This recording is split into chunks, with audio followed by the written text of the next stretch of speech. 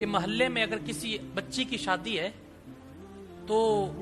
جہیز دکھلاوے کی ایک رسم دکھائی جاتی ہے کہ سارے محلے کی عورتوں کو بلایا جاتا ہے کہ ہم اپنی بچی کو جہیز دیا ہے تو آؤ ہماری بچی کا جہیز دیکھ لو. اور جب محلے کی بچیاں آتی ہیں، جب محلے کی عورتیں آتی ہیں تو جب آ کر جہیز دیکھتی ہیں تو ان بچیوں میں کوئی یتیم بچیاں بھی ہوتی ہیں، کوئی مسکین بچیاں بھی ہوتی ہیں، کوئی غریب بچیاں بھی ہوتی ہیں، کوئی ایسی بچیاں بھی ہوتی ہیں